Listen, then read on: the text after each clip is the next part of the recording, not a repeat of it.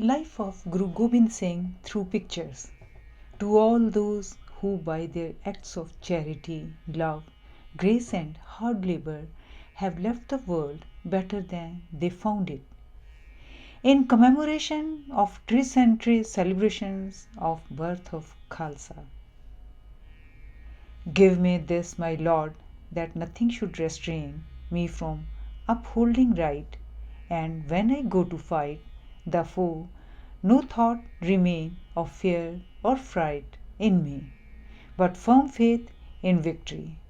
This only I desire, that all my earthly days be blessed with thy praise, and when it's hour to retire on the field of battlefield, I should fighting nobly die.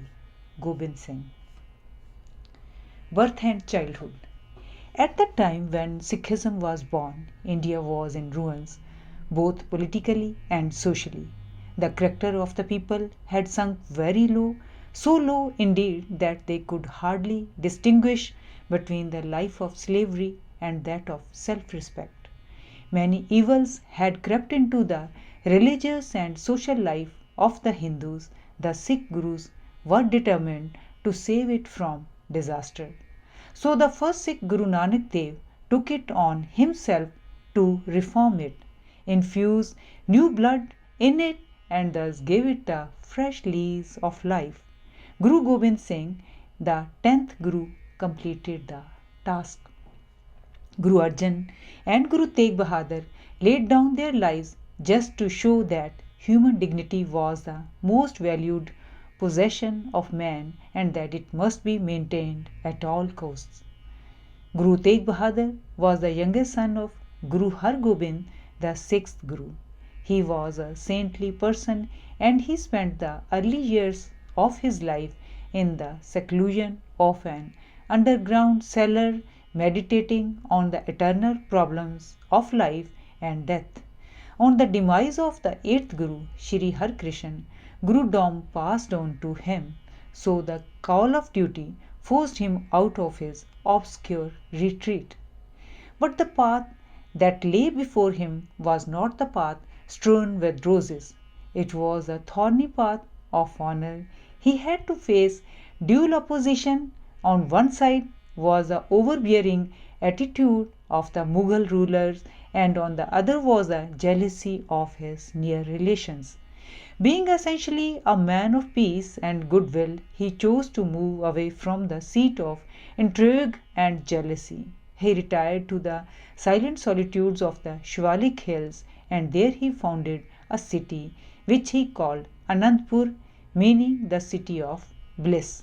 But the envy of kith and kin pursued him even there, thus partly to shake himself free of these irksome intrigues and partly with the desire to spread the message of Sikhism beyond the confines of the Punjab, he decided to set out on a long journey to the east.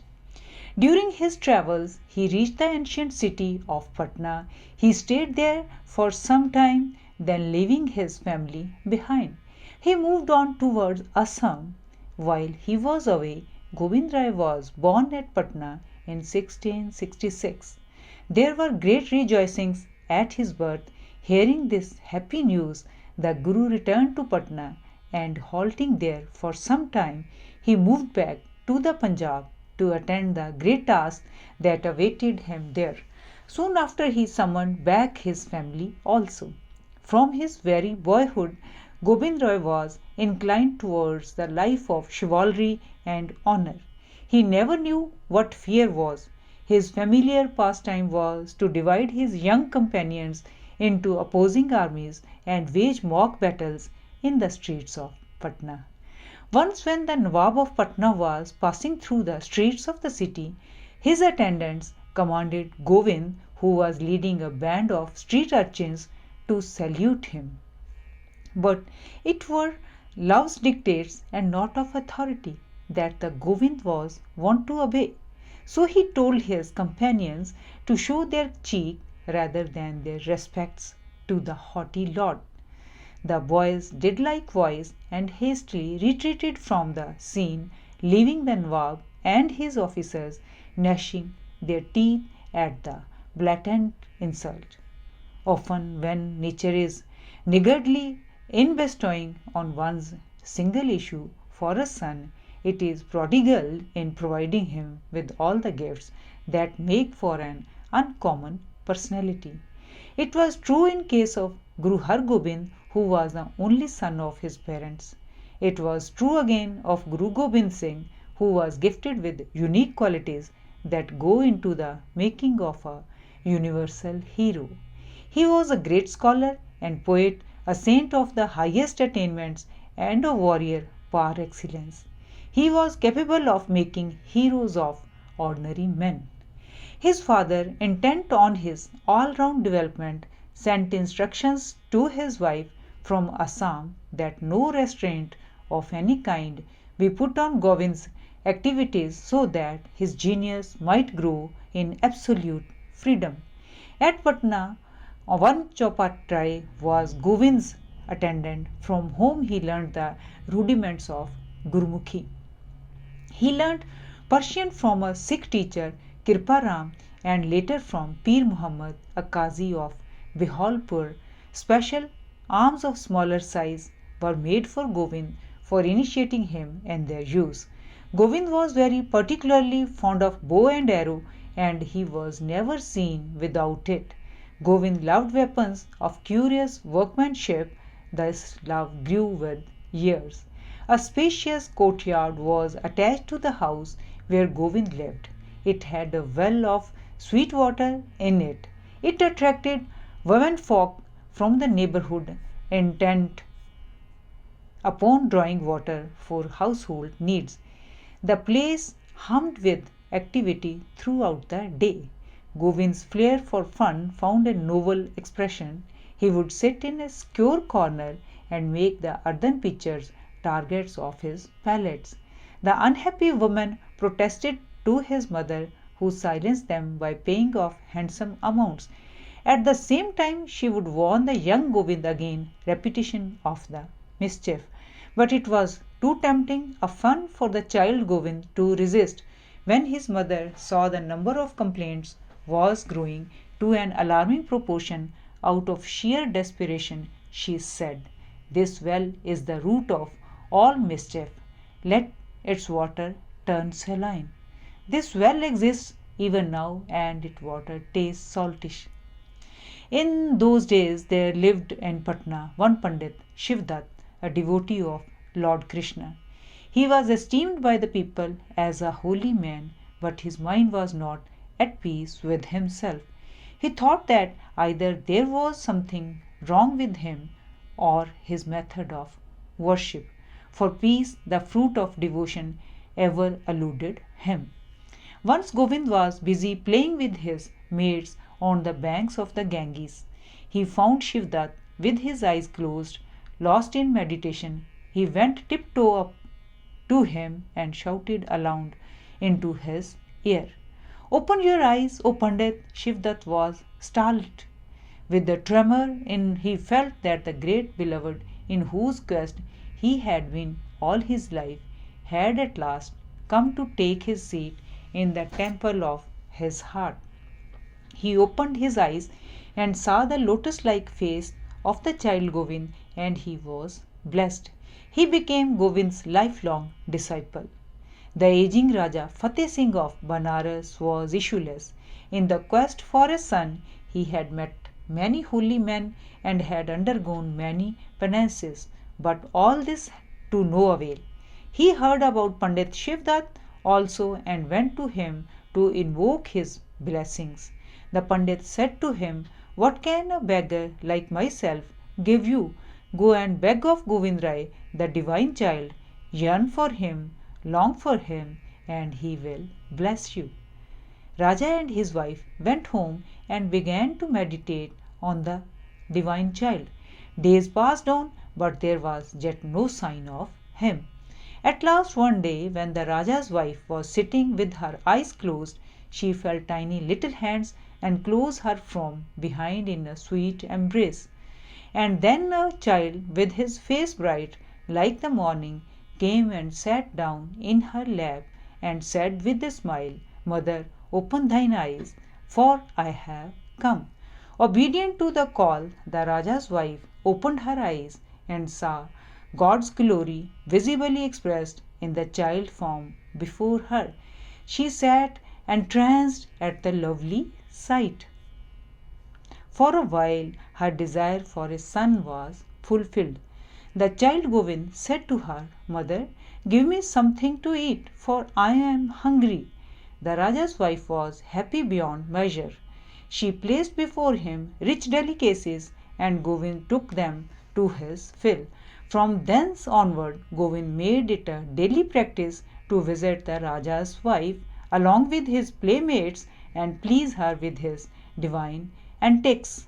He planted many saplings in the Raja's garden. One of the trees planted by him survives to this day. Gobind Rai was hardly 5 years of age at this time, but with this fun and frolic and sweet captivating nature he had made himself beloved of all and sundry. At Anandpur. It was one of these days that Guru Tegh Bahadur sent for his family to Anandpur. After hasty preparations, the family proceeded homewards. There were great rejoicings at the homecoming, and the city was decorated and profusely lighted as a mark of welcome. Guru Tegh Bahadur made adequate arrangements for his son Govind's general education with a special stress on military training. The Guru knew that difficult times lay ahead and such a training would be necessary to grapple with the forces of evil that had of late raised their ugly head.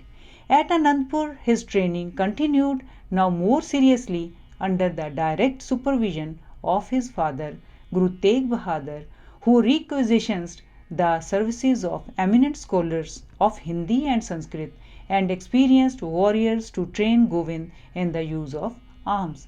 All 5 sons of Bibi Viro were redoubtable warriors. One of them, Sango Shah, was appointed Govind's tutor. He later became the commander of Guru's army. The use of swords and daggers of various types was most intricate and required years of training. Gobind could wield all sorts of swords, curved, straight, double-edged, and Saracenic with a rare ease and facility.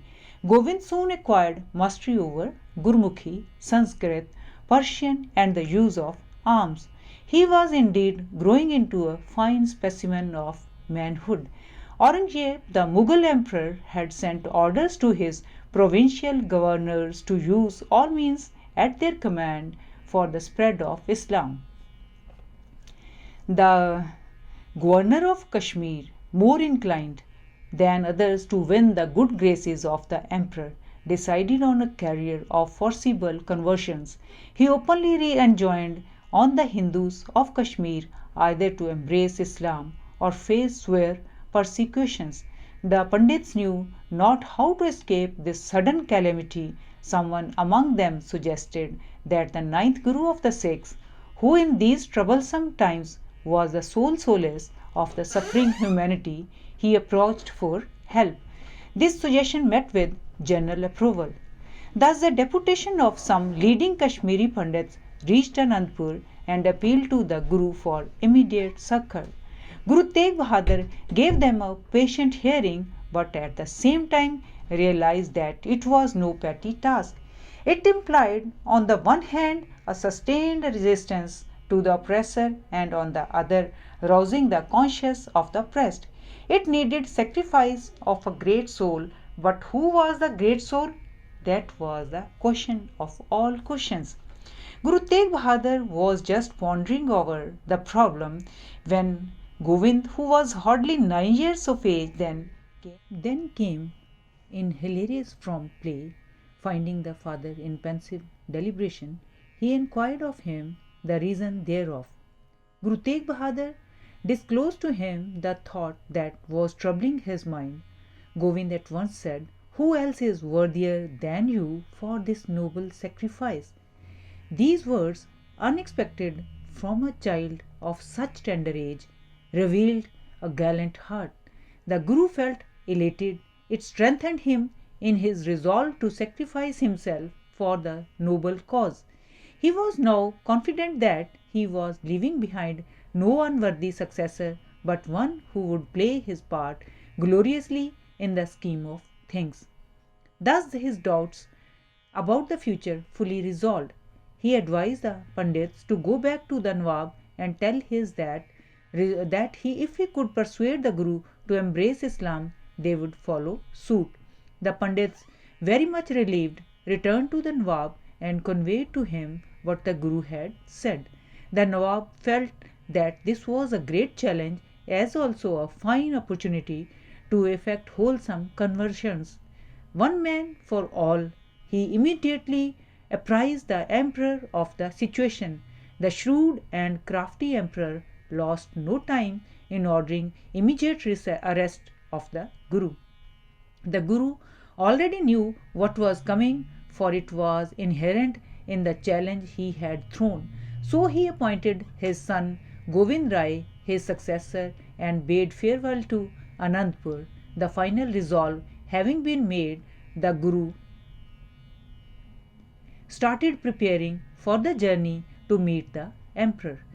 His dear disciples Mati Das, Sati Das and Dayal Das begged the Guru's permission to go along with him, for they had vowed to live and die with him. The Guru loved them deeply and could not but grant them their wish. Mati Das and Sati Das were the sons of Hiranand, a great Sikh warrior in the army of Guru Har Gobind. He had fought in many of the battles waged by the Guru. The aging Hiranand, conscious of his approaching end, recommended his sons, who were persons of great learning and scholarship, to the care of Guru Tegh Bahadur. The Guru promised to treat them with the same affection and respect as he had shown to Hiranand himself. Mati Das and Sati Das in turn vowed to dedicate themselves, body and soul, in the service of the Guru. In order to terrorize the Guru into accepting Islam, both Dayal Das and Mati Das were subjected to most inhuman tortures just in the sight of the Guru. Mati Das was bound in two wooden pillars and sawn alive. So long as he remained conscious, he never ceased reciting the holy name. Sati Das was wrapped in cotton and burnt alive. Dayal Das was the noble son of a family which, with its long traditions of selfless devotion to the Gurus and sacrifices for them, had won a distinguished Naik in the household. He was grandson of Balluram, a valiant soldier who fell fighting in Guru Har Gobind's battle of Kartarpur against the Mughal army. Jetha and Mani Ram, later famous for Mani Singh and martyred for upholding a just for the brothers. During the young Guru Harkrishan's visit to Delhi, Dayal Das was one of the chosen few who accompanied him there. Again it was Dayal Das who, in the absence of clear indication as to the identity of the next Guru after Guru Harkrishan, correctly read the hint and offered the articles of spiritual regalia to Guru Tegh Bahadur. His organizing ability, exalted character and a deep sense of dedication to the Guru's household made him one of the most outstanding disciples. During the years of the Guru's absence from Patna, he was left behind not only to look after the Holy Family but also to minister to the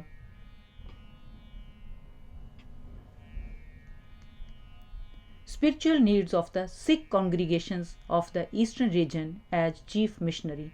After being taken into custody, he was asked either to embrace Islam or die. He chose the second alternative. His hands and feet were tightly bound. A huge cauldron full of water was placed on fire. When the water began to boil, he was lowered into the scalding water. He went through the ordeal without even the vestige of a wrinkle on his tranquil face. The spectators, who had collected in large numbers to witness the scene of the barbarity, could not restrain themselves and shed bitter tears. In order to test Govind's ability to ride the apex of the wave, Guru Tegh Bahadur wrote to him from the prison cell, "Except for the Lord himself, no moral or material force can rescue men from tyrants' chains. So I implore his aid." Amazingly reassuring as Govind's reply, for a boy of his age, it bespeaks courage that can defy death and doom, a will that is firm and unbending, a purpose that is fixed and clear. He wrote back, "The Lord has given me strength enough, these fetters fast to break. Nothing shall be left undone for truth and freedom's sake." The Guru was cheered with Govind's reply, and before offering himself for the supreme sacrifice, he blessed his son, saying, "Govind's glory shall eternally shine." Soon after, Guru Tegh Bahadur was summoned to the Chief Qazi presence in the audience hall. Addressing the Guru, the Chief Qazi said, "Is it not strange that though you are opposed to many of the fundamental beliefs of the caste Hindus, you have come here to espouse their cause?" The Guru replied, "I have come here to espouse not the cause of Hinduism, but that of freedom of thought and belief, to which every man, whether a Muslim, Hindu, Christian, or a Sikh, is entitled to deny any person. This right is to deny God, for God takes joy in the infinite variety through which he reveals himself in his creation. You can conquer the human spirit with love, but not with force or the temptation of material reward. The human spirit finds its fulfillment only in freedom. I therefore appeal to your honor to abjure the policy of repression and win the love and admiration of mankind with benevolent rule." The Qazi listened to the Guru's words, unmoved and unimpressed. He firmly declared that either the Guru accept Islam, show a miracle within 3 days, or face the executioner's sword. The Guru calmly replied, "You would surely see a miracle the like of which he has never seen before, the miracle of a man laying down his life to uphold the dignity of his fellow men and the glory of human spirit." On the 3rd day, the Guru was led to the place of execution. Jalaluddin of Samana, the executioner, stood there with the drawn sword. The Guru raised his hands to bless the soaring spectators and then entered into meditation. There was a sudden flash, and the Guru's head lay severed from the body, a miracle showing the abject defeat of all powerful tyranny against the determined human will, armed only with truth. Not only the hearts of men, but even the elements of nature rise in mutiny to record their protest when a man of God is made the subject of a tyrant's relentless power. The sight of Guru's execution was too staggering to behold. A large crowd of mourners that had collected to witness the grim tragedy, choked with overmastering grief, converged on the Guru's lifeless body to have a last glimpse of their beloved master. A convoy of bullock carts loaded with dry wood and hay passed close by. It was owned by Lakhi Shah, the royal contractor, and was led by his son Naghaya Shah, who was exhorting the crowd to make way to the convoy. This was the signal for general confusion, and in an attempt by the crowd to escape being run over by the fast moving convoy, a stampede ensued. In the prevailing confusion, the headless body had been deftly removed by Lakhi Shah's men in one of the hay carts and taken to his house in Rakabganj village on the outskirts of Delhi. The body was reverently placed on a hastily prepared pyre, and to avoid giving any room for suspicion, the whole house was set on fire. The sacred remains were later collected in an urn and buried in the same spot. The authorities later discovered Lakhi Shah's hand in the affair, and his whole property was confiscated. While Lakhi Shah and his men managed to remove the body of the Guru, another person, hoodwinking the hard-pressed guards, emerged from the crowd of mourners with lightning rapidity and carrying away the Guru's head disappeared into the surrounding darkness. This person was no other than Jeta, later known by the baptismal name Gobind Singh, a sweeper by profession who loved the Guru more than other person on earth. He straightway reached his thatched hut situated in a sequestered part of the city, and wrapping up the Guru's head in the best cloth available, was soon on the road to Anandpur before the authorities were aware of the daring deed. Hitchhiking through unfrequented paths, he was able at last to reach his destination without encountering any mishap. The young Gobind was so overwhelmed by Jeta's dauntless deed that he embraced him warmly, saying, "God bless you, O Jeta, the dearest of the Guru's sons and nearest to his heart. Your great deed will be remembered by generations of men." The head was then reverently placed in a palanquin and carried to Anandpur, where it was cremated close to the Guru's residence. The young Gobind, now the 10th Guru, addressed the gathered throng in a voice of calm assurance, saying, "With firm faith in our destiny, let us resolve to resist the tyrant with all our might. Though the battle will be long and hard, the final victory will be ours. For our cause is just and God is on the side of the justice and truth." The people had found their leader, and with their leader, their hope. By the supreme sacrifice, Guru Tegh Bahadur showed the way in the starless gloom around, the way to dignified life that lay across the valley of shadow of death.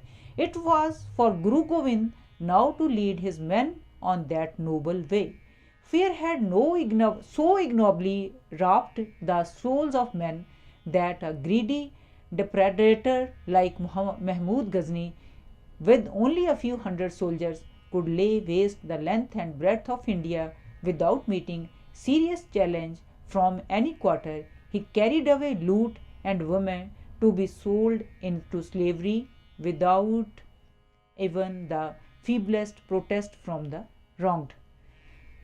Muhammad bin Qasim, a petty Arab general, could found a kingdom and Sindh with the help of a few thousand soldiers. To revive the sense of honor and self-respect among such people accustomed from generations to an easy-going, cowardly existence was nothing short of a miracle. Guru Gobind took up the gauntlet and eventually did perform the miracle. When we read this wonderful story of his life, we are simply amazed at the resolute will, unexampled bravery and foresightedness with which he tackled the enormous task. He dedicated every moment of his active and inspired life to this noble cause. He considered no sacrifice too great for it and achieved a miracle without an example in the annals of world history. He infused a new life into the dead nation and taught it to live and die with dignity and grace. To achieve the end, he applied his mind first of all to the creation of a heroic literature. He had realized early that a nation without such literature could not survive. Gobind himself was a poet of great caliber, and he started writing heroic poetry. He gathered round him a large number of noted poets from all over the land and directed them to render into verse the epic exploits of ancient heroes, the mere recital of which could tingle the blood even of a coward. But when these epics were sung to the audience by the minstrels, they breathed into it a mood of deliberate valor and defiance of death. The Guru engaged the services of Pandit Raghunath for the teaching of Sanskrit to the Sikhs. He stopped teaching to the gathering of lower castes. The Guru said that day is not far when the Brahmins, who are proud of their high caste, will come to take education from these people. When the Pandits refused to give education, the Guru sent some of his men to Kashi for the spread of education. Side by side with this, he collected alms of every kind not only did he himself acquire mastery in their use, but also through regular exercise and drill. Frequent hunting expeditions, tournaments, and bouts chiseled his men into finest soldiers. In order to instill the spirit of combat and assault among the faint hearts, Guru Gobind reared many species of falcons, and of Guru often used these well-trained falcons in hunting expeditions, who attacked their prey with their powerful claws. Thus, in a very short time, Anandpur began to hum with activity. People began to flock to it from far and near. Arms and ammunition began to pile up. He began to receive costly presents from his devotees. A Sikh from far off Kabul brought him a beautiful canopy carved curiously with intricate designs in gold and silver. Even the emperor's canopy could not vie with it in beauty and workmanship. Raja Ratan Rai of Assam, who was a true disciple of the Guru, sent him a rare elephant.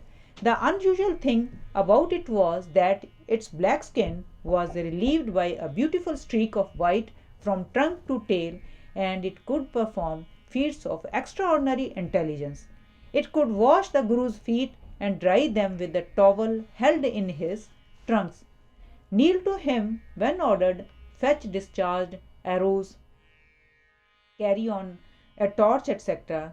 The Raja enjoined upon the Guru to keep these gifts strictly for his personal use. The Raja was about the same age as Guru Gobind. He joined him in his hunting expeditions and enjoyed many a sport in his gracious company. On the eve of Raja's return to his country, Gobind too loaded him with costly gift preparations. It was Govind's daily routine to rise before dawn, wash himself, and meditate on the great problems of facing him. Then he went to the congregation hall, where he listened to the holy songs sung to the accompaniment of music. Then, after recitations from the Holy Granth, he received visitors. Meanwhile, the langar, common meal, would be ready for anyone, rich or poor, high or low, partook of it as an equal. In the afternoon, the minstrels sang the mighty deeds of the heroes of old. The Sikh warriors then regaled the gathering with wrestling bouts, javelin throw, swordsmanship, and other manly exercises. In the evening, hunting expeditions were organized, at the conclusion of which evening prayers were held. The congregations then partook of common meal and returned to rest for the night. Govind's army steadily grew in numbers. He made every effort to turn it into the finest fighting force.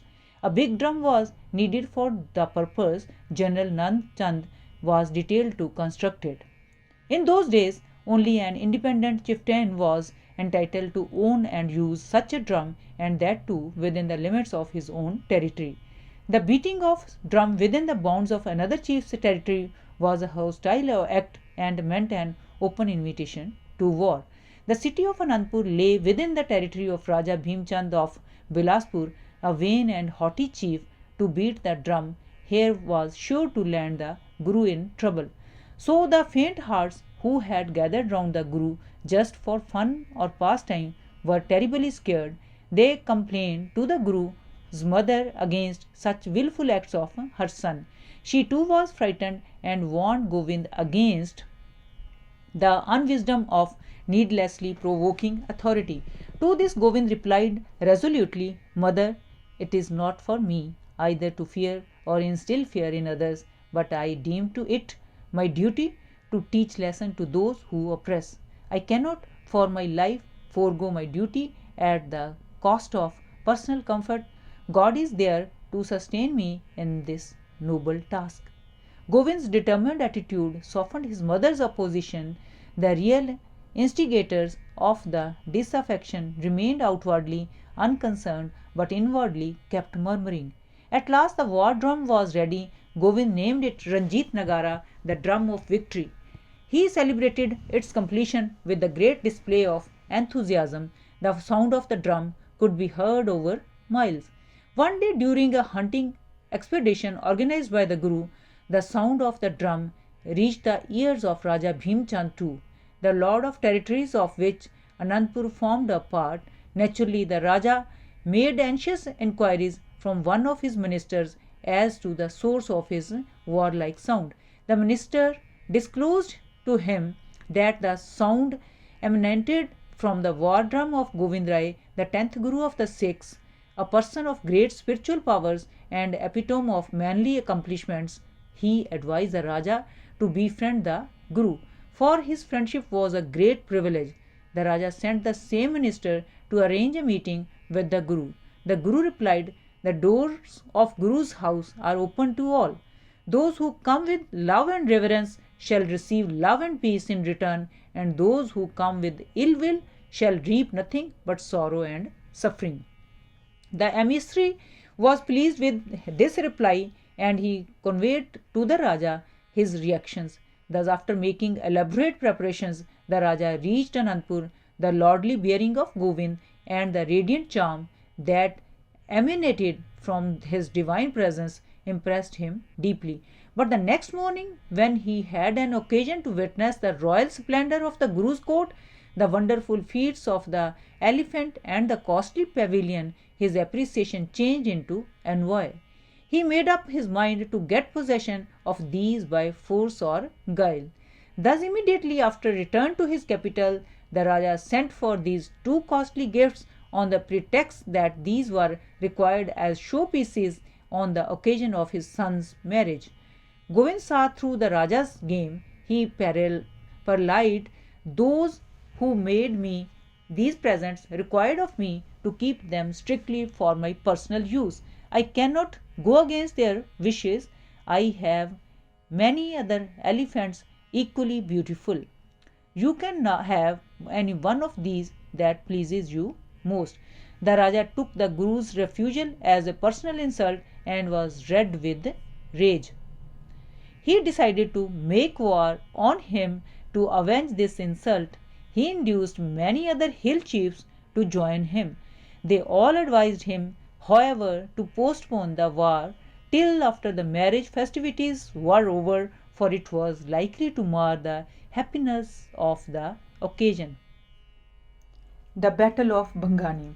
The hill chiefs of Nahan and Srinagar were bitter enemies. When the chief of Nahan learned that the daughter of Raja Fateh Shah of Srinagar was engaged to be married to the son of Raja Bhim Chand, he was very much scared. This alliance, he thought, was bound to strengthen his enemy's hands against him. To counter this danger, he too was in search of a powerful ally. Someone advised him to seek alliance with Gobind Rai, the powerful Sikh Guru. The Raja invited the Guru to his state. The latter accepted the invitation, and taking a strong detachment of armed soldiers with him, he reached Nahan. The Raja received him warmly. Gobind always preferred amity and goodwill to ill will. So, with sweet persuasiveness, he enabled the hostile chiefs to patch up the differences. In gratitude for this help, the Raja pressed the Guru to remain in his state for some more.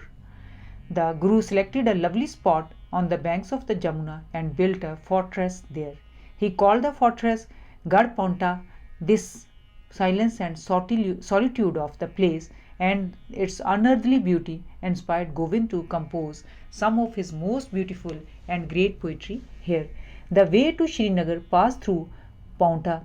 Therefore, the marriage party headed by Raja Bhim Chand feared a clash with the Guru.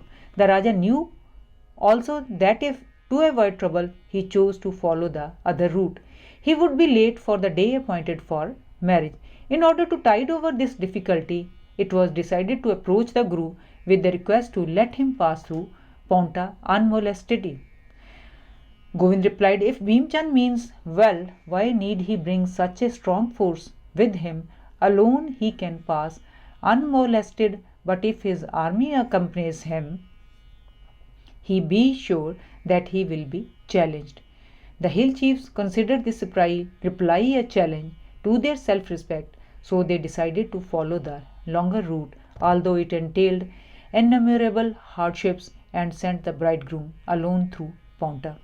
The bridegroom, accompanied by a few attendants, went into Gobind's presence and sought his permission to pass through Paunta. The Guru said, "I am only against hypocrisy and deceit, An honest person need fear no harm. You are free to pass. Gobind bestowed on the prince a robe of honor and let him go his way. Raja Fateh Shah too had invited Gobind to his daughter's marriage, but the latter doubted the intentions of the hill chiefs, so instead he sent his general Nand Chand with costly presents to represent him at the ceremony. The hill chiefs, worn and tired and sore at the Guru's attitude, reached the journey's end many days after the bridegroom had arrived. They warned Raja Fateh Shah against accepting presents from Gobind. They said, "The Guru is our enemy. He would not let us pass through the direct route. Your acceptance of his presents would strain our relations with you. You should rather join us in making war upon him." Thinking that Govind's friendship was likely to cost him dear, Raja Fateh Shah joined this unholy alliance. Nand Chand was clever enough to sense this change of loyalty by Fateh Shah. He hastily collected all the presents and made good his escape before he could be effectively intercepted. He apprised Gobind of the whole situation. The escape of Nand Chand angered Bhim Chand all the more. He warned his friends that if Govind's growing power was not crushed soon enough, it would grow increasingly difficult for them to be masters in their own house. He persuaded all those present to attack Gobind now when forces at his command were limited and victory was comparatively easier. At a little distance from Paonta, there lived a Muslim fakir, Buddu Shah by name. He was a friend of the Guru. Some 500 Pathan soldiers who had some time back been discharged from the imperial army requested the Pir to get them employed somewhere. The Pir recommended them to the Guru. The latter gladly recruited them in his army. Soon the news came that the hill chiefs were about to make war upon the Guru. The Pathans, on one pretext or the other, deserted Gobind and joined the enemy. They thought that the ill-equipped and untrained forces of the Guru would be no match for the regular and numerically superior forces of the hill chiefs, and it was no fun to fight for the side doomed for certain. Therefore they paid no heed to Govind's protestations. When Buddu Shah came to know of this treacherous act of the Pathans, he felt deeply grieved. To make adequate amends, he sent his 2 young sons and a few hundred disciples to fight for Gobind. A few hundred sadhus of the Udasi sect were also staying with Gobind and were having a merry time there. The news of the impending battle put a sudden stop to their merrymaking, and they slipped away from their under cover of darkness. Only one of them, named Mahant Kirpal, chose to stay. When Gobind learnt of his sneaking escapade, he smiled and said to the Mahant, "You alone among them all have upheld the honor of your sect." The news of oncoming battle spread apace, and hundreds of Sikhs from far and wide hastened to swell the Guru's ranks. The Guru has himself described this battle in his celebrated poem Bachittar Natak. Gobind awaited the advancing enemy at Bhangani, about 8 miles from Paonta. He occupied an eminence from where to deal destructive blows at the enemy. As soon as the enemy was in sight, the Sikhs rushed upon it like an overwhelming tide. Gobind shot his merciless arrows at the enemy and wrought confusion in its ranks.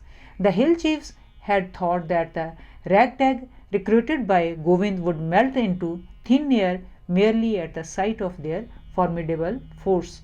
But it all happened otherwise. The ragtag displayed such mettle that the enemy was forced to revise its opinion of it.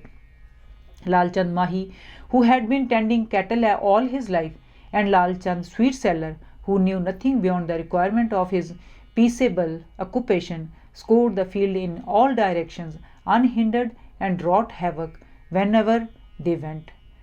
Mahant Kirpal crushed the very skull of the Pathan general Hayat Khan even with his kudge. The battle raged with unrestrained fury all the whole day. Many hill chiefs and Pathans lost their lives, unable at last to cope with the morning fury of the Sikh onslaught. The hill chiefs left the field utterly beaten and broken. The Sikhs too lost many of their valiant heroes, among whom were Generals Sango Shah and Jitmal, and both of sons of Buddhu Shah. Govind offered prayers of thanks to the Almighty for this great victory. Pir Buddhu Shah also came to congratulate Govind when he learnt from the later about the death of his sons. Instead of giving vent to his sorrow, he said, "Sire, I consider it a high honor that instead of dying a common man's death, they have become martyrs in a great cause." Govind was overwhelmed with the Pir's devotion and said, "You are a worthy father of worthy sons. Great is your sacrifice indeed. Tell me how I can repay you my debt of gratitude."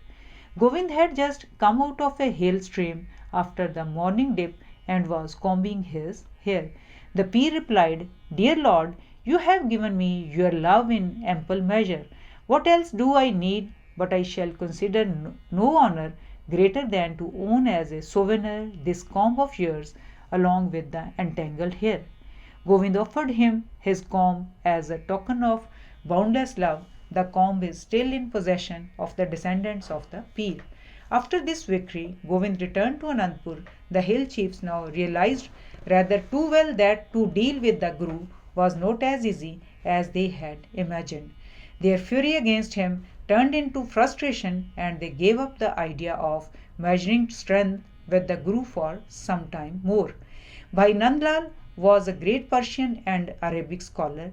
The governor of Multan was deeply impressed by Bhai Nandlal's scholarly achievements that he appointed Diwan in his court. But later, hearing about the greatness of the Sikh Gurus, he went on a long visit to the Sikh Gurdwaras all over the Punjab and ultimately reached Guru Govind's court. He was honored by the Guru in his literary attributes. Nandlal was so much impressed by the Guru Sahib personality that he wrote a treatise known as Bhangde-nama and presented it to the Guru. It was hard to break away the Sikhs from the centuries of Brahminical traditions. The Sikhs, who were still greatly influenced by the old gods, came to Govind and said, "Why not appease the goddess Durga who bring victories?" Learned Brahmin Kesho had told us that he can make the goddess Durga to appear. The Guru smiled and in order to expose this hoax showed his consent to contact Kesho for this. Pandit Kesho was brought and Guru Govind asked for the things needed and time required for the goddess Durga to appear. Kesho was overjoyed at the thought that the Sikhs were coming back to Hinduism and Naina Devi was chosen for the site where Durga would appear after 9 months. The Guru accepted his other demands. After 9 months, the Sikhs assembled there to see the miracle. Nothing happened. Pandit Kesho, seeing the congregation restless, getting out of control, he made a lame excuse that the goddess Durga wants the sacrifice of a holy man. The Guru, knowing his crafty intention, drew his sword and said that the Brahmins claimed themselves to be the holiest of the holy, so Pandit Kesho would be the best sacrifice. Hearing this, the Pandit was shocked and ran away as hard as he could. Birth of Khalsa. Govind now devoted himself exclusively to the intellectual and physical betterment of the Sikhs. He desired that the Sikhs should not only be gallant in war but also learned in ancient lore. He wished them to be seekers of truth and wisdom. He sent many Sikhs to Banaras, the center of learning in those days, to study ancient scriptures, to remove the distinctions of caste and creed from their minds. He enjoined them to partake of the common meal, and in order to teach them the value of self-respect, he sought to remove the fear of death from their mind. The first step in this direction was the general directive of the Sikhs to keep long hair. Prior to this, there was nothing in outward form or demure it's to distinguish a Sikh from others, and they could come to Anandpur without any check or hindrance. Now a Sikh could be clearly known by his long hair. Naturally, therefore, the Muslim rulers began to pull all sorts of obstacles in their free movement. In order to overcome this difficulty, Govind issued a further directive to his followers to wear arms and to wield them in self-defense or whenever otherwise required. In the year 1699 AD, on the occasion of Baisakhi, the Sikhs thronged to Anandpur in an unusually large number. A day before, Gobind held a great gathering on an eminence which he named Kesgarh. Close by the raised platform from where he addressed the audience, he had a tent pitched. Immediately after the recital of morning prayer, Gobind enacted a blood-curdling scene. He went into the tent and after a short interval came out completely transformed. With his eyes flashing fire, his face furrowed with fury and drawn sword in hand, he roared with the voice of thunder, "My sword today is hungry for blood. Is there anybody here ready to offer me his head?" This was indeed a bolt from the blue. The Sikhs had come here to fill the gaping void in their souls by the sight of their serene-faced Lord and not to offer their heads to the bloodthirsty god of death. They had never been before beloved Gobind in his terrible aspect. Partly confused and partly frightened, they sat melancholy and morose, with their heads cast down. The Guru repeated his demand a second time. Still there was no response. With an aspect grown fiercer still, he repeated his demand a third time. At last, Dyaram of Lahore, a Kshatriya by caste, rose from the assembled throng and bowing low before Gobind, said, "Sir, here is my head for you."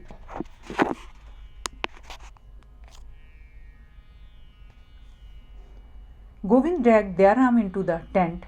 There was a grim sound of the sword striking a head, followed by a stream of blood that rushed out of the tent. With the blood-drenched sword in hand and himself a veritable image of death and doom, he came out again and demanded a second head. The Sikhs were convinced now that Gobind had lost his balance. Shocked into frustration and grief, they began to ponder over the consequences of this grave and tragic event. Again they roared this demand. It elicited nothing but sullen silence. However, when the dread voice roared a third time, Dharamdas, a Jat of Delhi, rose to offer his head. Gobind dragged him too into the tent. Again there was a sound of sword striking a head. Most surely it was the head of Dharamdas, thought those present. The Guru came out again, and with a voice once calm and reassuring now changed into the voice of threatening doom, he asked for still another head.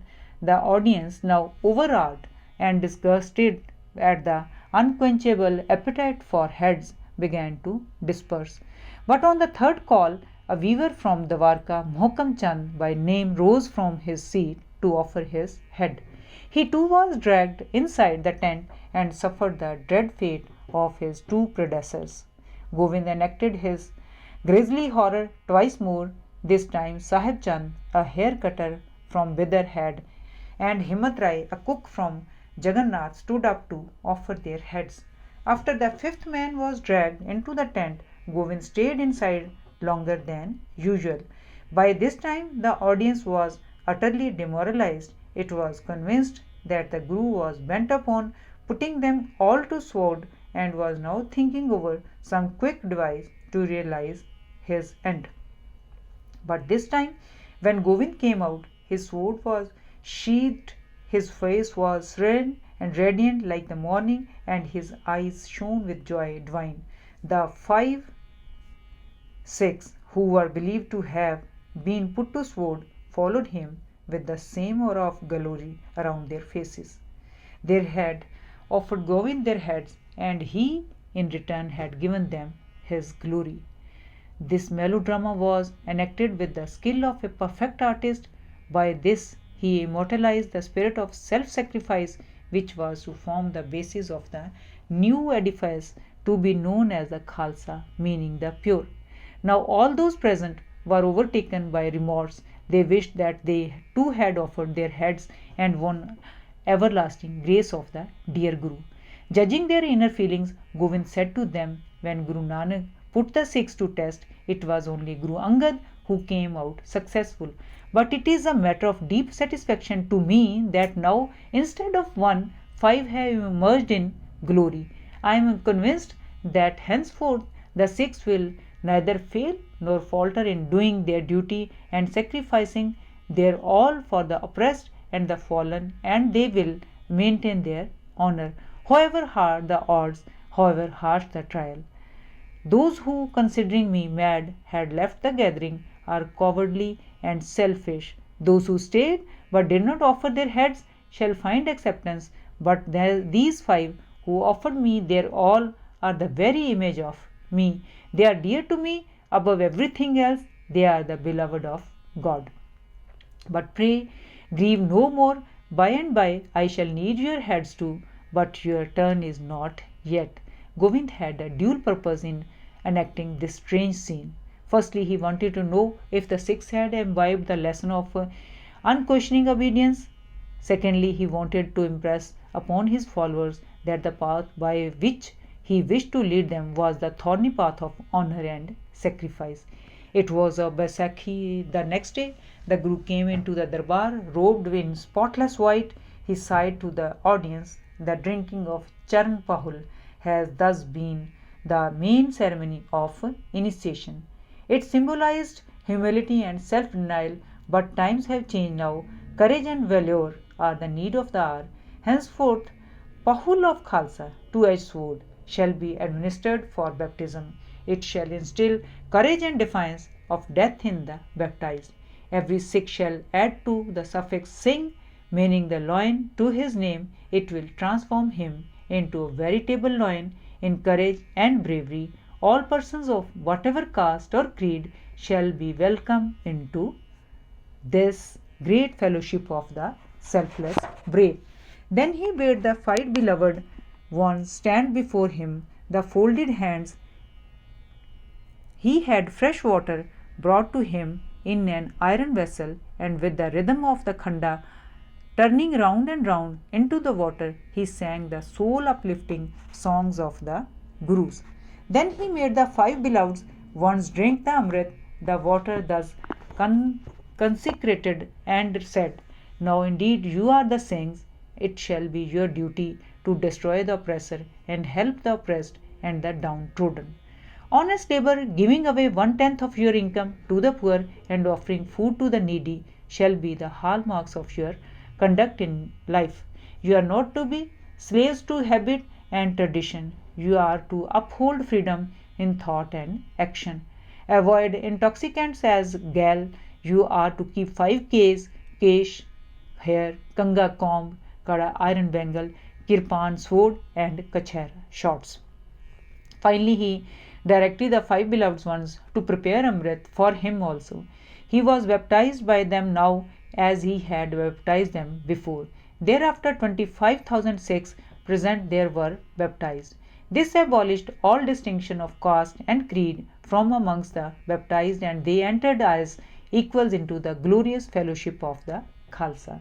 The addition of the suffix Singh to the names of the newly baptized had a tremendous psychological impact, especially on the persons belonging to the lowest social section. Fear and cowardice vanished from their minds like night before the rising dawn. The ancient rishis wore long hair. The piety of rishis entered into the life of the baptized. The difference in outer form compelled them to be different from others in deeds too. To keep the hair clean, it is necessary to keep a comb. The Guru extolled the kirpan or the sword as the noblest of weapons because it is a defender of the weak and a terror of the tyrant. The Guru replaced the very small loin cloth used by the Hindus with kashara or long shorts, for it was a befitting dress for the martial life for which the Guru had prepared the Sikhs. Kara or the iron bangle is meant as a perpetual reminder to its wearer to refrain from evil both in thought and action. The rivers, when they meet the sea, lose themselves in its vast immensity. Likewise, persons belonging to different castes or creeds lose their identity when they enter into this wonderful fellowship of equals. On the foundations of equality and unity can be a fellowship survive. Battle of Anandpur. When the Brahmins saw the Guru was bent upon destroying the traditional structure of Hinduism by leveling all high and low, they were greatly perturbed. They began to instigate the hill chiefs against the Guru. The Guru had already been a thorn in their side. Now they made up their mind to make one final bid to call a halt to the Guru's designs. They did not mind even if it meant inviting them from the Mughal emperor. They were so much blinded by jealousy that they failed to see the plain truth that the Guru was their true friend, while he whose help they sought was a mortal enemy. The Guru also knew that one day or the other he would have to measure strength with the combined forces of the hill chiefs and the Mughals, for while the former decried the reformist zeal of the Guru, the latter considered him a challenge to their supremacy in northern India. The Guru began to prepare himself with characteristic thoroughness for his impending trial of strength. The Raja of Bilaspur, Ajmer Chand, was envious of Guru's teachings of equality among castes and brotherhood of mankind. He organized the hill chiefs to attack the Guru. They brought a drunk elephant, encased its head with iron plates, and sent them charging towards the gate of Anandpur fort. The hill chiefs were very sure that the gate of the fort would fall at its first strike. Guru Gobind Singh, realizing the situation, picked up Bachittar Singh, a valiant soldier, to face the elephant with the screw-type spear. Bachittar Singh requested for Guru's blessings and attacked the elephant on a horseback. His spear pierced the head of the elephant near the eye. The elephant turned around and killed the wounded several soldiers of the Ajmer Chand's army. The courage of a single Khalsa soldier demoralized the hill chiefs. The hill chiefs, smarting under their recent defeat, were always on the lookout for a chance to wreak the vengeance on the Guru. Once, when the latter was out on a hunting, some of the hillmen lay in ambush to make short work of the hunting party by sheer weight of numbers. But they were soon disillusioned. The hireling, however superior in numbers, can never be a match for persons inspired with the cause. The Sikhs fell upon the attackers with the fury of a lion at bay and cut the enemy vanguard to pieces. One of the chiefs was killed and another lost his arm. Unable at last to withstand the mounting fury of the Sikh onslaught, the hillmen retreated, leaving behind hundreds of their dead on the field. The hill chiefs were staggered, confounded. They could not understand how the miscellaneous rebel collected by the Guru could defeat their trained and well-equipped army. This defeat further strengthened them in their belief that as long as the Guru was not ousted from their territory, they could never hope to breathe secure. They decided, therefore, to avail themselves of the good offices of the Sarhand governor to invoke Aurangzeb for help. They made out a long case against the Guru. They called him a traitor and enemy of the empire. They pleaded for hasty dispatch of imperial forces to crush their common foe. They went even so far as to express their readiness to foot and will of the entire imperial expedition. The governor of Sarhand, an avowed enemy of the Sikhs, lost no time in forwarding this request to the emperor. Soon, under the joint command of Dina Beg, the Pende Khan, a powerful army, was heading for Anandpur to join the equally powerful force of the hill chiefs. Against this formidable foe, the Sikhs could hardly muster a few thousand men. As soon as the allied forces neared Anandpur, the Guru, after prayers to the Supreme Being for help, ordered his men for general assault, and the battle commenced in right earnest. The Sikhs fell upon the enemy like a lion on a herd of sheep. On one side, the deadly arrows of the Guru, and on the other, the fury of the Sikh attack created such confusion in the enemy ranks as made it realize that the number they did not always count. To cheer the fainting hopes of his men, the Mughal general Pende Khan advanced and challenged the Guru to a single combat, shouting, "Why cause unnecessary bloodshed? Let the issue be decided between us two. Come, strike first." The Guru replied, "You are the aggressors, not we. We never fight but in self-defense. Since you are the aggressor, let the first blow be yours." At this, Pende Khan, taking aim, shot his powerful shaft at the Guru, but it went off the mark, and Guru said, "Never mind, try another." Pandey Khan sent another shaft, but now the lesser confidence. It but lightly grazed the Guru's shield and slid past. Seeing this debacle thus caused, Pandey Khan turned to flee, but the Guru would not let him go. He said, "Do not act the coward now, General. It is not fair to deny me my turn when you have had yours." Saying this, the Guru, with his long, puissant arms, let loose a shaft at the general, which pierced his skull through, and he fell from the horse, a lifeless heap in the dust of the field. The death of Pandey Khan raised the courage of the Sikhs, and they fell upon the enemy with added fury.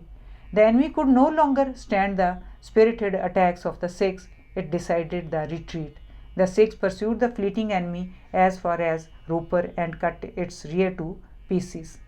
The news of this humiliating defeat suffered by the combined forces of the Mughals and the hill chiefs spread apace, and the Sikh soldiers from far and near began to flock to Anandpur to join the Guru's army.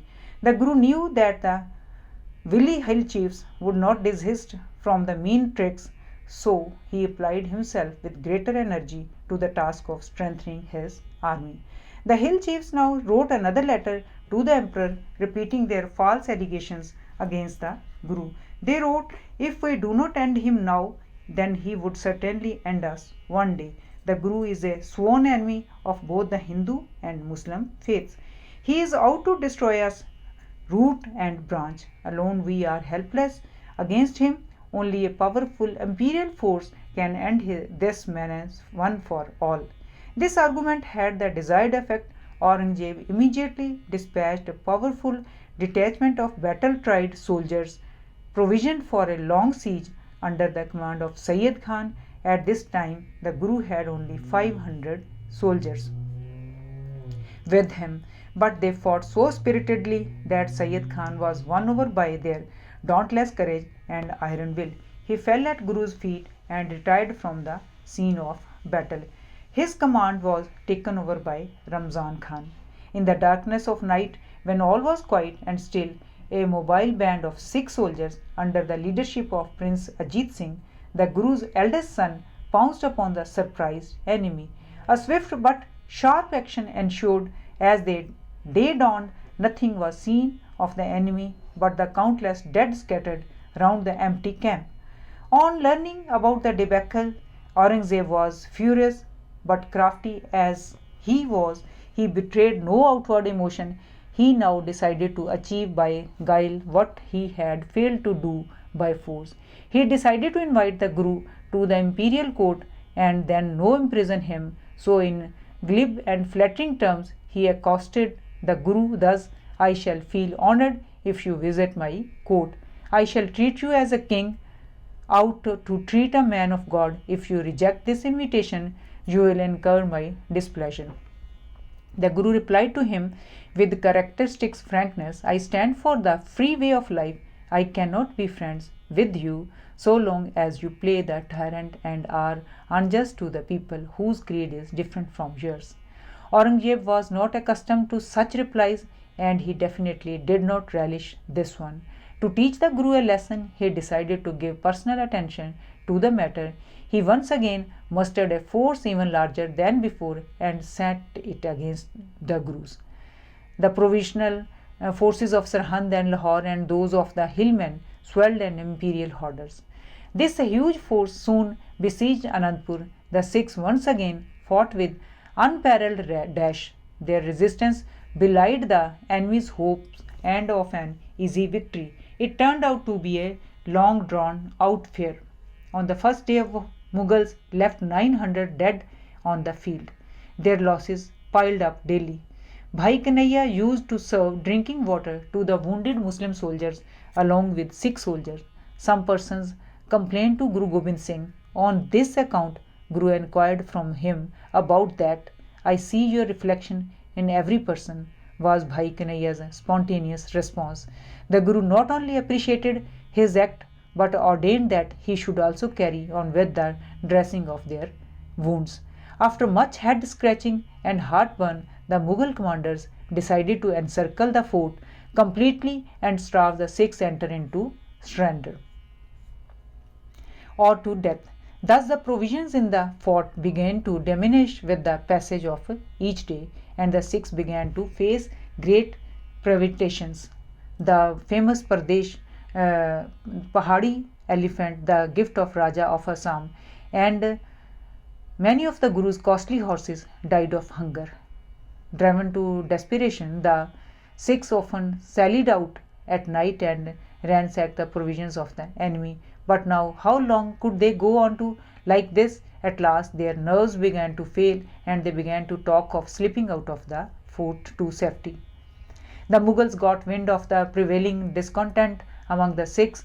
To stir up this dissatisfaction still more, they offered a bait to them. They offered pledges sanctioned with vows of the Holy Quran and the sacred cow, that if the Guru left the fort, bag and baggage, the war would be over as far as they were concerned. Assuring the Guru of safe passage, the Emperor too exhorted the Guru to vacate the fort. This had the desired effect. The Sikhs began to press the Guru hard to accept this proposal. They were so determined to leave that they refused to listen for any argument to the contrary. Even the Guru's mother decided on her to leave the fort with two younger grandsons, Zorawar Singh and Fateh Singh. This was a signal for many other Sikhs to raise the standard of revolt against the Guru. They disowned him and left for their homes. The Guru felt that it was unsafe to let this mother and his infant sons go and unescorted, so he too, along with two faithful followers, left the fort under cover of darkness. When the enemy learnt about the Guru's escape, throwing to the winds all its solemn pledges, it pursued him with relentless vigor. Just before dawn, an enemy detachment overtook the Guru's rear. There was a brief but fierce encounter on the banks of the Sirsa, which was unusually flooded for this time of the year. In the melee of that ensued, the Guru's mother, Guruji, and his two younger sons got separated from the rest. His two wives, Mata Sundari and Mata Sahib Deva, were forced to flee to another direction, and after encountering many hardships, they managed at last to reach Delhi. Mataji lost her way, and when Gangu, the Guru's crafty cook, spotted the valuable in possession of her, he very humbly offered to escort her to his village Khera. When they reached there, he stole the bag containing the valuables. In the morning, when Mataji asked him about her bag, he started shouting and went straightway to the Kotwal and informed him about the whole matter. The Nawab of Sarhand lost no time in arresting all the three valuable prisoners and imprisoned them in the Suman Tower. Later they were taken to the court of the Nawab Wazir Khan. When Suchanand, the courtier of the Nawab, asked them to bow before their Nawab, they replied that they had been taught to bow before none but the Almighty God. At this, Wazir Khan was furious and told them either to embrace Islam or be prepared for death. Both of them replied, "We have taken the Pahul of the Khanda and are the grandchildren of Guru Tegh Bahadur, who faced death rather than forego the right of freedom of action." The Nawab, being highly enraged by this reply, had ordered the children to be baked alive. When this news reached Mata Gujriji, rendered extremely weak owing to hunger and cold, fainted and fell from the tower. Prince Ajit Singh, a shining model of dauntless courage and youthful pride, at the head of a few men, pounced back upon the pursuing detachment with the fury of a tiger. The pursuers were completely beaten in a brief engagement. Ajit Singh was thus able to cover the crossing of the Guru's main force, which had dwindled down by now to no more than 40. They all now directed their weary march to Chamkaur. When the Guru reached Ropar, a rumour was afoot that another enemy column was heading that way, intent upon capturing him alive, with his ranks sorely depleted, but the courage undiminished. He proceeded on. As a precautionary measure, he left behind some of his men under the leadership of one Uday Singh to hold the enemy advance till he was securely entrenched at a place suitably situated for the last ditch fight. Battle of Chamkaur. Reaching Chamkaur, the Guru occupied the farmhouse of a Jat situated on an eminence that dominated the surrounding scene. It was built in the shape of a fortress. Two soldiers took positions at the two gates, 30 on the ramparts, and Guru Gobind Singh with his two sons and two soldiers posted himself in the turret above. The imperial forces, in their final bid to capture the Guru and his men, did not relax in their pursuit of him. They soon surrounded the fortress and commenced the assault. The assaulting force was cut to pieces in a fierce counter attack. Seeing this, the three commanders of the Mughal army, Nahar Khan, Ghani Khan, and Khwaja Mardud, advanced at the battle of a powerful detachment. The first two were immediately dispatched by the Guru's unfailing arrows. The third would have followed suit had he not escaped by taking shelter behind a wall. To make short work of this fierce resistance, the enemy decided to break open the main gate, but the Sikhs fought with no grim a resolution that the enemy dared not come too near. Prince Ajit Singh, hardly 17, asked his father's permission to lead an attack on the enemy. The Guru knew that the odds were too heavy against this stripling of a lad, but he wanted to set traditions of manliness and courage, and his heart was glad at the request. The Guru armed him with fatherly care and affection and sent him to the battle with his blessings. Ajit Singh rode into the thick of the field on his prancing stallion, and after giving the enemy a gallant fight, he fell. Jujar Singh, the Guru's second son, a boy of 13, saw his brother ride gloriously to death, and his enemy was roused. The young lad approached the Guru for permission to follow his brother's lead. The Guru granted it gladly. Everyone, friend or foe, was amazed to see his noble form, fearless of death, riding alone to the battle. He fell upon the enemy with the spirit of his dauntless brother and died fighting valiantly like him. The Guru was watching the noble conduct of his brave sons from the turret, and after this second son fell fighting in the great tradition he had set in all humility and thankfulness, he prayed to the Almighty, with thy grace, O Lord, these young ones have acquitted themselves as well as they could. They have come back to thee after their brief earthly sojourn. Give them shelter near thy lotus feet. By now it was dark, and the fighting ceased for the day. The few Sikhs who survived, apprehending that the Guru, true to his declared views, might choose to die fighting in the next day's battle, held a separate meeting. They decided to dissuade the Guru from taking this extreme course. They approached him with folded hands and ardently prayed, Master, further resistance is out of question. We beg of you to leave the fortress before the tomorrow's sun rises. It was your inspiring word that thrilled us in perils and steeled us into defying dangers. You alone are our ultimate shelter and solace. Without you, the great Sikh Panth you have created would be widowed and leaderless. If you are no more, who would be there to guide us through the perils that surround us? We beseech you not to disappoint us. The Guru acceded to their request. So lovingly made, he dressed one Bhai Sant Singh, who in form and demeanor resembled him in his own style, and bidding farewell to the Sikhs, sallied out in the dark. Having passed through the forward enemy lines unnoticed, he proclaimed in a loud voice, Gobind Singh is leaving the fortress. Catch him if you will. The challenging voice of the Guru, which rang clear in the stillness of the night, was a signal for chaos and confusion in the enemy ranks. Owing to dark, it was impossible to distinguish friend from foe. In its nervous hurry to prevent the Guru's escape, the enemy attacked right and left, cutting one another to pieces. Next morning, the few Sikhs who had remained behind sallied out of the fortress, and after giving the enemy a hard time, fell gloriously fighting to the field of battle. When the Mughal commandants entered the fortress, they were extremely disappointed to find that the Guru had again given them a slip.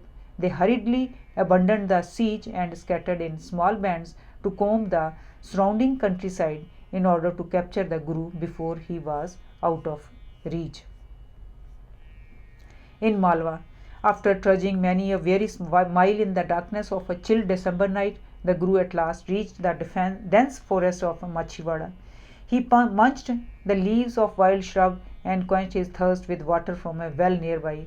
Then he lay down in a secure place with the drawn sword firmly grasped in hand to fight if pursuers overtook him. With the break of dawn, the 3 Sikhs who had followed him from Chamkaur but had strayed away in the dark joined him. After days of incessant strain, the Guru felt too feeble to walk. One of the Sikhs carried him on his back to the well where he washed himself and partook of the food procured for him from a neighboring village. Soon he was fresh and strong again. Here he met 2 Pathan horse dealers, Nabi Khan and Ghani Khan, with whom he had friendly dealings in the past. They adored him almost as a divine. A few scattered enemy columns were still pursuing the Guru in order to hoodwink them. In the Guru donned the blue robes of Muslim fakirs and posed as Peer of Uch, a place near Multan. He was carried in a litter to Sirsa by his Pathan devotees. Here he learned that his 2 younger sons had been walled alive and done to death for refusing to embrace Islam, and that his mother, unable to bear this shock, had fainted to death. As the messenger was relating to the Guru these heart-breaking news, the latter was unconsciously uprooting a thorny shrub with the point of his arrow. When the narration was over, the Guru said, "My sons are not dead. They have shown us the path to immortal life.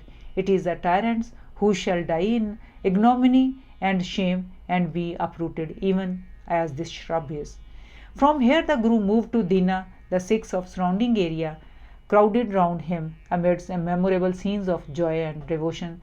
The Guru seems to have stayed at Dina for some considerable time, for here he wrote to the Emperor his famous epistle in Persian verse known as Zafarnama. Therein the Guru castigated the Emperor for his perjury and told him frankly that by his narrow-mindedness and oppression he was in fact digging the grave of the magnificent empire built with the wisdom of his great Muslim predecessors. When the letter was delivered to Aurangzeb, he was at Ahmednagar in the south. He was visibly moved by the justness of the Guru's rebuke and was stricken with remorse. He died soon after. The sudden passing away of Aurangzeb ushered in a new era of happy relationship between the Guru and the imperial government. Bhai Nand Lal, a court poet of Guru who was a friend of the new emperor Bahadur Shah, played a major role in this reapproachment. At Muktsar, when the Sikhs who had deserted the Guru at Anandpur reached their native place in Majha, they were assailed by the women folk for their cowardly betrayal of the Guru. They were threatened with excommunication and social boycott by the kith and kin. The deserters now realized that it had been far better to have died for the Guru than to continue their days in everlasting shame and sorrow. So, under the leadership of a brave woman, Mai Bhago, they returned to patch up with the Guru and wash away this ignoble blot of betrayal. By now, the Guru had reached the sandy wastes of Khidrana near Batinda. The imperial army was still at his heels. The 40 deserters intercepted the enemy near an ancient pond of water and fought so well that the enemy advance was halted. It was the hottest part of the year, and water in those parts was scarce. Thirst and heat, and above all, the fanatic resistance offered by these 46 afflicted the enemy so much that it decided to retreat before it was utterly overwhelmed. The Guru marveled them to learn about the wonderful deeds of these heroes. He personally visited the scene of battle and, taking the head of each martyr in his lap, wiped the dust off his face and caressed him most lovingly. One of the 40, Mahan Singh by name, was fatally wounded but not yet dead. He opened his eyes at the loving touch of his beloved Guru, and his heart was divinely glad. The Guru said to him, "I am pleased with you all out at the wonderful account you have given of your valor. Is there anything you desire of me?" Mahan Singh faintly replied with folded hands, "If you are really pleased, O Lord, then tear up the document of sin and shame whereby we disowned you." The Guru's heart was moved. Silently he took out the paper and tore it out to pieces. Maha Singh thanked the Guru and then died with his heart at peace. The Guru named this place Mukatsar, or the tank of salvation, and styled the heroes of as the 40 mortals. He next moved to Damdama Sahib, where he dictated the Holy Granth to Bhai Mani Singh. The Guru had set great traditions before the Sikhs, traditions of love, service and sacrifice. He had made them fearless and versed in the art of self-defense. He had built the structure of their faith on justice, equality and democracy. In short, he had given them his all. Now he desired that they should not lean on him any more but stand on their own feet, so he decided to retire from the scene and move towards Deccan. In the Deccan. On the way to the Deccan, the news of Aurangzeb's death reached him. It was a signal for the deceased emperor's sons to fight out the issue of succession. Bahadur Shah, the eldest of them, sought the Guru's help in this hour of trial, which the latter freely rendered. Bahadur Shah was grateful to him for this timely assistance. He was now preparing an expedition to crush the revolt of his brother Kambaksh. He requested the Guru to join him in this expedition. This was an additional reason why the Guru chose to move down to the south. During the course of his expedition, he reached Nadev. Here at last he met the person whom he had ardently seeking. It was Lakshman Das, a Bairagi sadhu who lived with his disciples in his hermitage on the banks of the Godavari. He had acquired certain occult powers which he used in tormenting the visiting travelers. It provided him with feline amusement. The Guru had heard of him and he desired to divert his misguided genius to a noble cause. Lakshman Das tried to use his occult powers to make fun of the Guru also, but to no avail. He had at last met his superior in the Guru and his pride was humbled. He fell at Guru's feet saying, "I am your bond slave. My lord, pray forgive my sins." The Guru baptized him and named him Gobind Singh, but he continued to be popularly known as Banda Bahadur. He developed a deep affection for the Guru and asked the latter one day if there was any service he could do him. The Guru apprised him of the merciless murder of his infant sons and enjoined on him to mete out exemplary punishment to the evildoers. He gave him a letter of authority in the name of Sikhs in Punjab, telling them to gather under his banner to crush the tyrants. Banda carried out this assignment with the crusading zeal, slaying Wazir Khan personally, and no evildoer escaped the wide sweep of his invincible sword.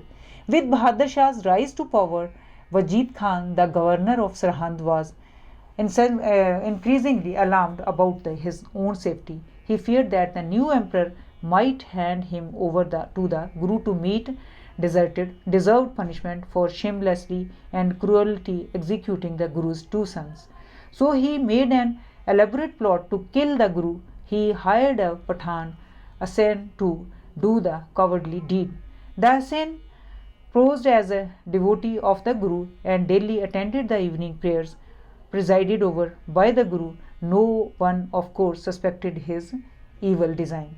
One evening, finding the Guru all alone and about to retire to bed, he made a murderous assault on the unsuspecting Guru, stabbing him twice in the belly.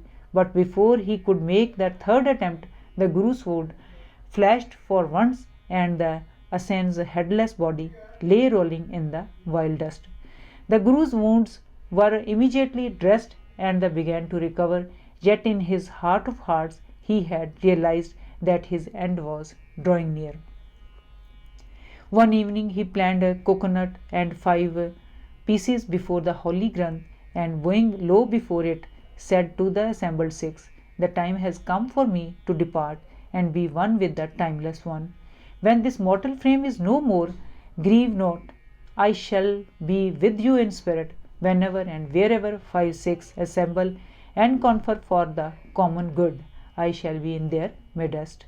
Henceforth the Holy Granth shall be your guiding light. They shall be dear to me before all others who follow the canons of the Sikh faith and uphold them in the face of odds. He ordained that the next Guru hence onwards will be the Holy Guru Granth Sahib and declared, so long as the Khalsa follows the teachings of the eternal words in the Holy Guru Granth Sahib, they will not be leaderless, remain self-governing, sovereign, and they will be blessed with the everlasting glory of God. Soon after, on October 7, 1708, the great Guru passed away, leaving behind trails of the golden track that leads on into eternity. The glorious figure of this prophetic genius, sustained solely by his inherent grandeur of character and supported by the absolute conviction of his calling, stands like Colossus, sublime and alone across the fading centuries. The mission for which Guru Nanak, the first of the Gurus, came into the world was completed by Guru Gobind Singh. It was not his aim to build an empire or to win transient glory for himself or his people, but to make the latter live a life of self-respect and honor. His mission was to enable man to know himself, recognize the divinity in him, and instead of plying a mean, groveling existence, to walk on the path of life with his head held high in dignity and freedom. The armed saint soldiers of Guru Gobind Singh organized themselves and disseminated the tyrants with great zeal and vigor and effectively blocked the evil foreign invaders. The glories that the Sikhs have achieved on the battlefields of the world, the great sacrifices they have made in the national struggle for freedom, out of 121 hanged, 93 were Sikhs, and out of 2646 in exile prison, 2147 were Sikhs. All reflect the splendor of the great and magnificent Guru who sacrificed his all, father, mother, his sons, his loving wives, his personal comforts, and himself, that the Sikhs, and through them the lofty ideals that he held dear may shine through ages. Waheguru Ji ka Khalsa, Waheguru Ji ki Fateh. To God the Khalsa, to God the victory.